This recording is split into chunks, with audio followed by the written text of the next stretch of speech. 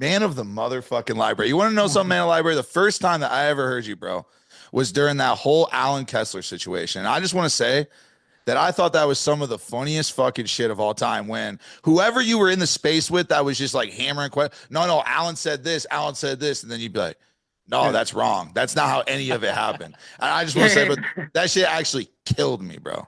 That shit was so funny to me. Yeah, it was kind of I heard that he was playing in a tournament through his Twitter. I follow him on Twitter, and I was free that day, and I was like, let me pull up to this tournament, this poker tournament. I'm a pretty good poker player. Played for a living for a while, and I pulled up. I bought into the tournament last minute, and fate would have it, he was there. I tried to book a last longer with him for 10,000 to make it interesting, and he's like, "Oh no, depends on our chip stack at the break."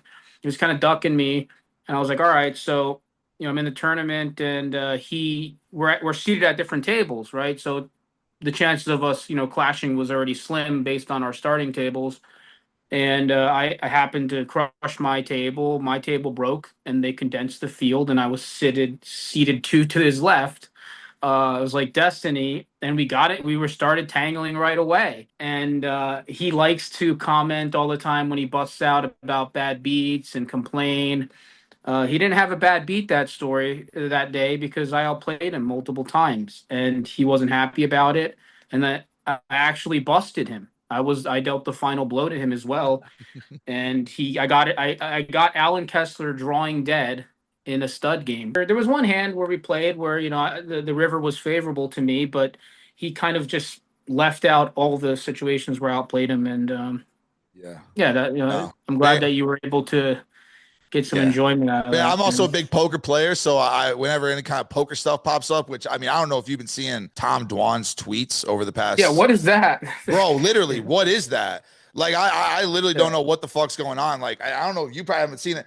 You showed me briefly. He's I know. tweeting out though, like, someone please come save my life. Like, I'm trapped over here. Like, it's crazy as fuck. So, but he was put in a mental hospital? Yeah, but like, he's saying that he was forced into it. They're trying to force drugs down his throat. Like, he's tweeting all this stuff out, like, hour by hour. I don't really know what's going on. Yeah, it's super crazy situation. But you brought it up, so I do just kind of want to talk about that real quick because I just caught wind of this yesterday, right? So there's going to be an IQ test for you. I know that's been a hot topic, honestly, for a long time now. There's actually a book putting a lineup at it. Can you kind of fill us in with what's going on? Line's 119. I don't know. Think for starters, what do you think you're going to come in at? The line's 119. Oh, way over. Way over. I mean, it's like that. So this guy, they've talked about it before, right? I know Rob Pizzola did his show with Circleback, and he said, he gave me like the best meme of all time, where I've posted a few times, like, man of the library is a very high IQ individual. I don't care what you think. And then like he went on to like say derogatory things about me, but I just anytime he talks trash to me, I'll reply that clip from his show, and it kind of just like infuriates a lot of the sharp and semi-sharp community, right? So, being part of these spaces and the Elf Show, and because of my belief systems, where like I'm very conspiratorial, I guess, people think that I'm crazy or schizophrenic or have some kind of low IQ, and it's been going back and forth with my IQ. Is Library really smart? Is he a genius? It's just either people think I'm a retard, or I'm like one of the highest geniuses they've ever seen, and I know my IQ. It is high, and again, I did test my IQ when I was a teenager. I'll say it's over the number that they tried to set. The last Elf space that I was in, this guy Thon, who Brett had booked this 25K bet and welched on, said, "Hey, I would seed man of the library under average IQ," meaning he would put up a lot of his own money and people on the under. And we kind of Elf looked up the numbers, and he saw, average was right around, 110 to 130, I guess, depending on what metric you're using. And I said, well, I could do 119 and a half. And they said, okay. So I think that's what the line they put up. And people are saying, like, dump all in on the under. I can bet on myself. I'm going over. So I don't know how much my IQ might deteriorate over the last 20 years. No, maybe I am crazy. No, it definitely got higher. It definitely got higher. A lot of people don't take IQ tests nowadays. So I think the average that people are throwing out there is far below what the average actually is because of all the public information that exists through the internet and our phones. Like people are generally way smarter than they are like, back in the day. Yeah, I would agree with that sentiment in the terms of knowledge, general knowledge, just accumulating knowledge, having access to more knowledge. You can fill your brain up with more facts and different things like that. But as far as IQ, the best tests that test for IQ usually are able to test you without quizzing you on knowledge. It's not like an SAT or an ACT that you would take for college where you actually have to know vocabulary. It will be part of it. Yeah, I mean, I don't think so. I think they just do like they give you puzzles. Like what's wrong with this picture, it'll say like circle, square, what's the next pattern? Yeah, simple things like that. I took an IQ test. I was in the Range Regiment, special operations, like top secret clearance and everything. We took in our assessment, we took a IQ test, but a portion of it is like knowledge based stuff, like factual based stuff. And I think they probably have it like dialed into like the best IQ test, I would assume. But there was stuff like that. There was stuff like that.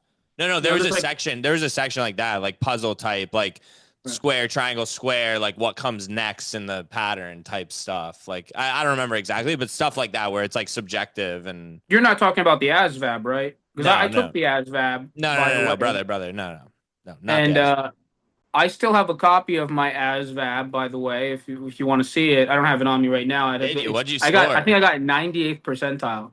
Nice. Like the high, like super high. And they're like, oh, we got to recruit you. And were you in the military or you just took it as... No, I took the test because a good friend of mine was going into the military. And, my family was going through some rough times at that time. And I was like, maybe, the military's for me. I was passionate about learning languages, right? I wanted to go to college for linguistics and foreign languages. And I read that the military, the D-Lab out in Monterey, has one of the best language schools in the world where they can get you immersed, and they actually have native speakers. And I ended up testing, and they were like, yeah, most likely you're going to learn Korean or Arabic. And I was like, okay, no. I'm not going to the DMZ and having missiles pointed at me.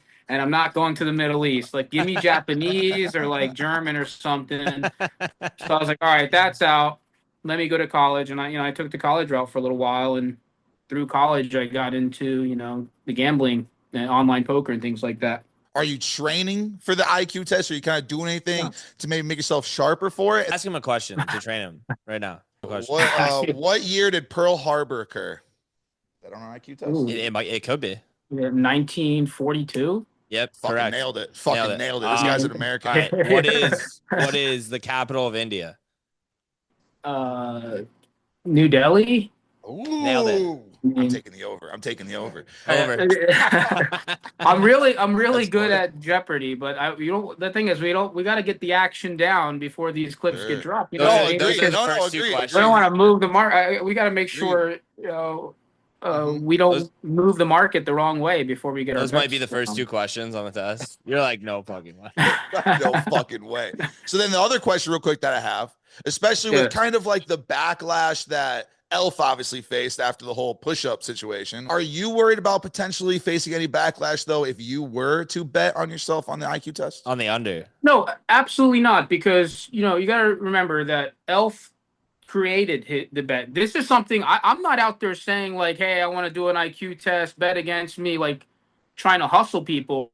People are coming after me. Don is this guy Thon, who I never met. They're like, let's do this guy's IQ test. I think people genuinely want to know, and so do I. I don't know what my IQ is going to test at. Maybe I am retarded, right? Maybe I lost my maybe it's like 90 and I'm like low idiot or something. And I don't. It's not like I took an IQ test this month or last year. I said last time I was tested was, I think I was 13 or 14 years old, 7th or 8th grade, and it was high. I mean, it was high. So that was like kind of where the point in my life where I was like, all right. And I was really reading. I was reading books like my whole childhood. I was always into self-education. Is that why you're ManoftheLibrary? Yeah, that's why my name is that. I've read over 1,000 books in my life. I'm an avid reader. How many? At least 1,000. At least 1,000? If you see my storage, it's like a library, just the storage. Books and books and books. What's your favorite book? And for fiction, like short stories, I like Anton Chekhov.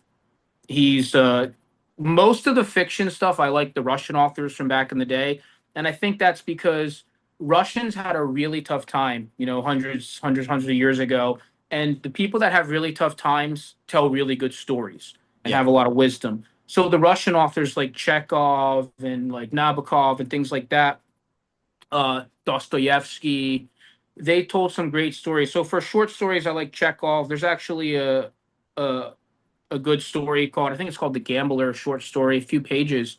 One of my favorite short stories of all time, where a guy makes a bet that he can't last in a little cell for X amount of years, as if instead of having the death penalty, and then by the end of the duration he wins, but the guy that was supposed to pay him is broke, so he can never collect, right?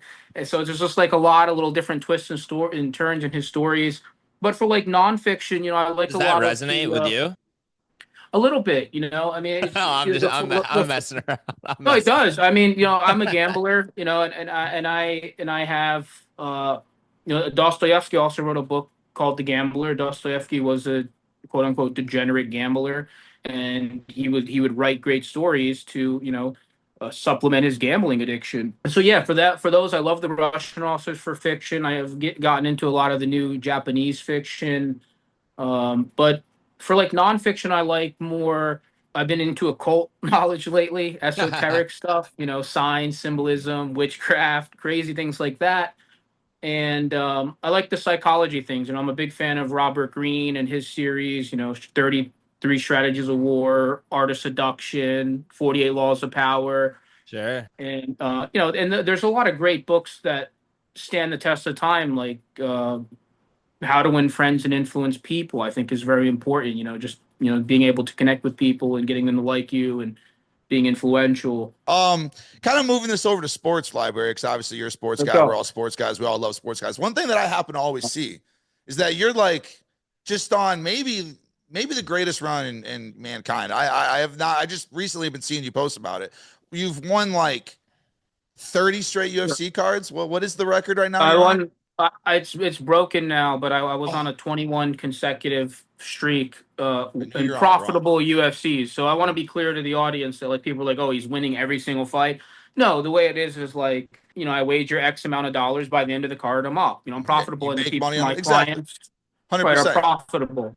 And some cards, I'm only up, 1 or 2 units, or some cards I'm up 10 plus units. Yeah, but I've created a strategy where, I try to just, my goal going into every card is I want to make money. I used to join the MMA spaces with guys like Narco Cop and stuff, and they're so into watching fight tape, breaking things down like this guy has. And I'm like, I want to know the story behind it. Like, who's supposed to win? Like, who's the villain?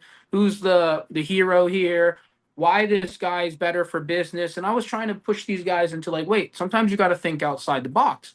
But that's where the term square originated from. You're sharp and square. Squares are the people that can't think outside the box, right? They're stuck in a box. They have like this one train of thought. And if you're sharp, you're always thinking of other ways to approach something, not just in betting, but in life. Maybe Dana White wants this guy to win. Maybe it's better for business for the UFC if this guy wins on this weekend, or it's like National Pearl Harbor Day and the Japanese guy gets bombed and knocked out or something, right? And they were like, this guy is absolutely crazy, and I can't believe he's saying that. But what crushed them theories coming was out. That so funny, bro. I kept winning, right? I remember that Narco Cop was hosting like a big space, right? It was the Yuri Prohaska fight, right? And Narco Cop's hosting his space, and somebody recorded it for me. They were like, they were so rooting against me to be wrong. They knew I was on Yuri. They know I had a big position on him, and they're like, "Oh, Library's fought." Like they were victory lapping or whatever, celebrating early, and then Yuri choked him out. The first thing out of Narco Cop's mouth was, "Fuck, Library's gonna victory lap again." Like that's so. I was just like, all of the first thing, hundreds of people in the space, and my name comes out. And that's kind of been the storyline with these spaces, right? Every space, it's like library, library, library. And I mentioned a couple days ago in a tweet, like if I had a nickel for every time library was said in a space, like I'd be rich. Even they're like, get library off the space, and they kick me off the space, and then like for the next hour they're talking about me still. It's like, so I'm still there, and like they say, I'm living rent free. I feel like I just have to ask it. I feel like I should ask it. You got another fight coming up, right?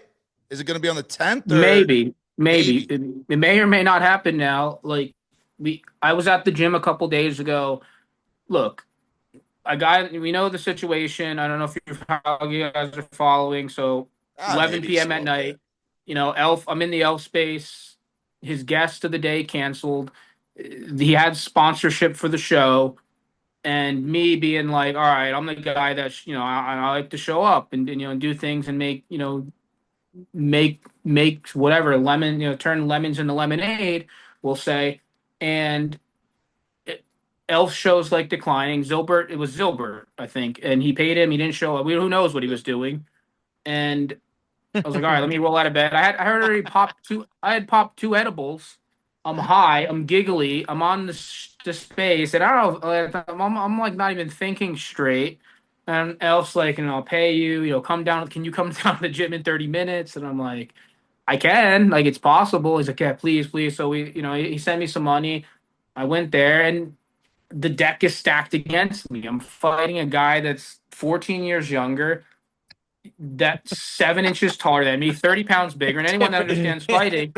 And 3 weight classes up on edibles. He had superior headgear. They were feeding me sink water, apparently. They couldn't even give me a cold bottle of water. They said not to say it. They even admitted it. He told me in the ring, this is sink water, by the way, and I'm like freaking out. He did. He said it. The guy's yeah, exactly. I was like, why would you tell me that? Why would you tell us that? Now my head's like, I don't know if I'm dizzy from the edibles or I'm dizzy because he pulled a bottle out of the recycling bin, by the way, and filled it up. It's like, here's some water. I was like, what? We're not like in a third world country. Like there's literally a vending machine right in the gym. You can just put a dollar bill in. Is a certified scumbag. So that was Elf's brother that did that. And yeah, so he had a superior headgear. They didn't even give me a mouth guard. I don't have a mouth guard like sitting on my dresser, right? So I'm there and I'm like, oh shit, you don't have a mouth guard for me? Something. Yeah. So I'm in the fight and I'm like, if I know that if I get a straight right by a 200-pound guy, I'm probably gonna bleed. My mouth is I might lose a tooth. Brett had his tooth chipped the week before, so I'm already paranoid, and my strategy was like, all right, if I just turtle up and defend, maybe I can gas him out and win. And I was like, I just can't, I was out of it. My mentally not right. And then he started cheating. He tripped me and hit me when I was down, and the whole DQ situation, who really won the fight. So, I've been training. I mean, I lost about 10 pounds since then, a little, maybe like 12 pounds. I've been running every day. I just got out of the gym. That's sick. And I talked to the guys at the gym. Obviously, I want to fight Brett in MMA. I have a wrestling background. I did 4 years of wrestling, and I have a Taekwondo background. I want to be able to use my legs. I have massive leg strength. If I'm in a boxing match against Jolly Green Giant, Green Beans, how am I going to win with headgear? It's like he's going to beat me, right? So the gym that's sponsoring the event, or part of it, is Pound for Pound here in Las Vegas. They obviously they're concerned about doing an MMA fight, right? They don't have an octagon. They would have to set up the ring a special way. All this for a preliminary fight. But they did say, hey, we can get leg and knee pads. I don't know if you've seen these Sean Strickland sparring videos where he has the leg pads on. Beat the shit out of Nick. Yeah. And we might be able to do. Yeah, exactly. We might be able to do kickboxing, right? Yeah. And I think kickboxing is a good medium because I can leg kick him, right? I can chop the tree down and maybe break a leg or something, with my powerful leg kicks. So that's something that's in discussions. There's some controversy between me and Elf. I mean, Brett, we know Brett made a bet, and that's something I'm going to cover, my own personal space probably this tomorrow or the next day about this $10,000 bet he booked. And, I know Elf's making a lot of money from this fight. I've not been offered payment. So that's an issue that we have to resolve. Like, wait, I'm supposed to fight this guy. You're going to get millions of views. What's going on here? Like, what?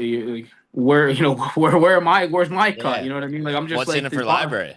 Yeah. Exactly. So, and that's what it's always been. Like, I'm a pretty. I feel like people may portray me in a certain light. I feel like I'm a good friend. I'm a nice guy. I take care of the people that I trust and care about, especially in my immediate family. But I feel like I'm kind of people have reached out to me. You're kind of getting taken advantage of here. You're getting the shitty end of the stick. Maybe talk to Elf, try to make something fair, and we've kind of not been able to meet eye to eye. And I just leave it at that, I guess, until we have a serious man-to-man conversation about what's going on and how we can progress, and if he's going to continue doing this show and have characters, or like who's a character, who's a partner. You got to realize I've been doing spaces since 2022, and I get 100 to 200 listeners in my spaces. So Elf, if he was starting his space and he didn't get all these people to join me, whoever, Spangy, Nadu, if these guys weren't joining his space, because when you join a space and speak, everyone that is following you says, "Oh, library speaking."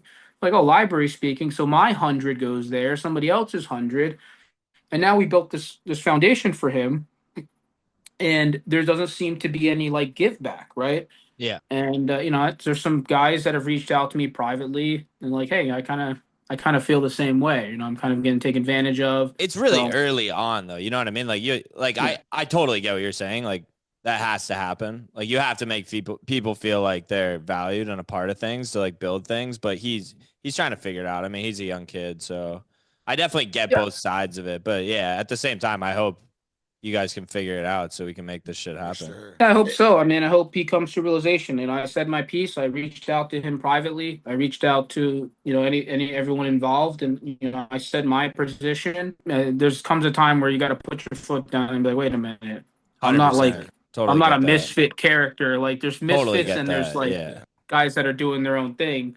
And I don't want to be like a Beetlejuice from the Howard Stern show, where like I'm not that guy. Like, no, yeah, so, totally get that. You know what I mean? Yeah. And I don't know if he understands that, and like so.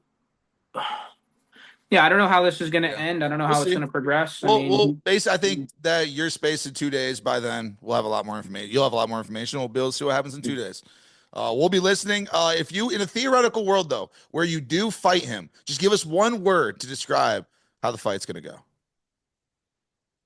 Redemption. Let's go.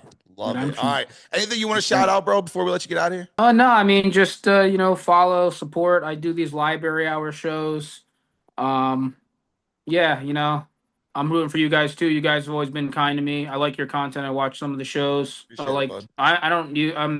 I'll be honest, I haven't used the SoBet. The big thing we're moving into pretty heavily is these contests. So May 19th, we're launching a 7-day contest for $5,000. And basically you just have to post your plays on SoBet.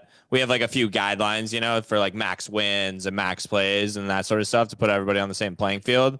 But we're giving away $5,000 in cash prizes, trying to attract like the best people. And ultimately the goal is to make these contests like very hyper competitive and like big money. I think that's a good move. I think the future of sports betting, people want to see tournaments, people want to see contests.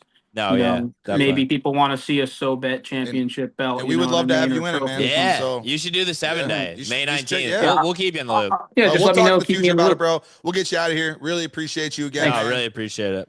And we'll be listening. Yeah, let's go. Sure. Thanks, guys. Good luck when you fight Brett. Yeah. Beat his ass.